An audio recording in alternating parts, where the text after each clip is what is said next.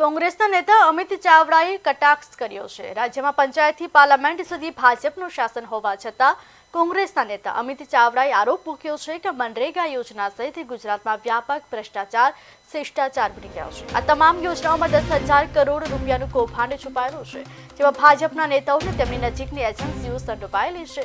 ઉપરાંત આ ભારત સરકારની યોજના હોવાથી સીબીઆઈની તપાસ સોંપવામાં આવે તેવી માંગણી કરી। મનરેગા યોજનામાં ભ્રષ્ટાચાર પર પ્રહાર કરતા અમિત ચાવડાએ કહ્યું કે જાંબુઘોડા પંથકમાં 4 એજન્સીઓને 4 વર્ષમાં 200 કરોડના કામ દર્શાવ્યા છતાં સ્થળ પર કોઈ કામ થયું નથી।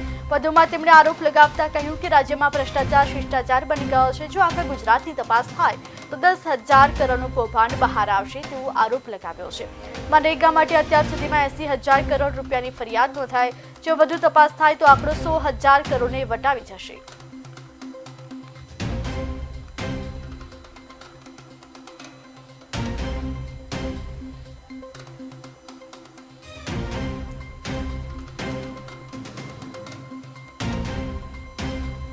અને આપ સૌ જાણો છો એમ ગુજરાતમાં પંચાયતથી પાર્લામેન્ટ સુધી ભારતીય જનતા પાર્ટીનું શાસન છે।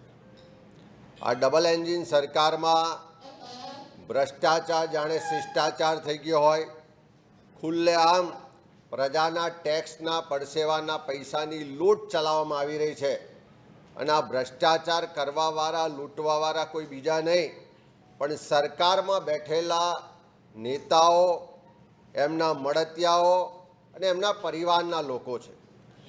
અત્યાર સુધી તો વિપક્ષ તરીકે અમે આરોપ મૂકતા હતા, ફરિયાદ કરતા હતા કે ચારે તરફ ભ્રષ્ટાચાર ચાલે છે, પણ છેલ્લા થોડા દિવસોમાં જે મીડિયામાંથી માહિતી મળે છે એ મુજબ ભરૂચના ભાજપના સાંસદે મીડિયા સમક્ષ કીધું કે આ ભ્રષ્ટાચાર જે થાય છે એ ગામના તલાટીથી લઈને સરકારના મંત્રી સુધી જો મિલીભગત ના હોય, આશીર્વાદ ના હોય તો શક્ય નથી। આ બધાની મિલીભગતથી ભ્રષ્ટાચાર થાય છે। અમરેલીના ભાજપના નેતા દિલીપભાઈ સંઘાણી એમ કે આ પોલીસ અને નેતાઓ હપ્તા ઉઘરાવે છે। પોલીસ દ્વારા એમ કહેવામાં આવે કે આ હપ્તાઓ તો છેક કમલમ સુધી પહોંચે છે। ભાજપના જ એક પાટણના નેતા કેસી પટેલ દ્વારા જાહેર ફંક્શનમાં કહેવામાં આવ્યું કે પોલીસ લોકો પાસેથી પૈસા પડાવે છે, ભ્રષ્ટાચાર કરે છે। કારણ કે જે રીતે જાંબુઘોડા તાલુકાની વાત કરીએ તો ફક્ત 26 ગ્રામ પંચાયતોનો આ તાલુકો, આખા તાલુકાની કુલ વસ્તી 42,000, એટલે એમ કહીએ કે આખા ગુજરાતમાં વસ્તીના પ્રમાણમાં નાનામાં નાનો તાલુકો છે। છેલ્લા 4 જ વર્ષમાં મનરેગામાં 300 કરોડ રૂપિયાના કામો થયા। આ તો ખાલી મનરેગાના કામો છે।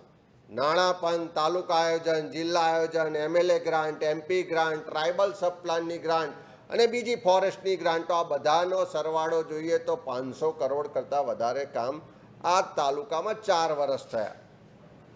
અને મનરેગામાં જે કામ 300 કરોડના થયા એમાં કાયદાની જોગવાઈ મુજબ 60% લેબર કમ્પોનન્ટ હોય અને 40% મટીરિયલ કમ્પોનન્ટ હોય, પણ અહીંયા તો કાયદા જેવું કંઈ છે નહીં। આ મજૂરોને સ્થાનિક રોજગાર આપવાની યોજના ભાજપના લોકોને ફાયદો કરાવવાની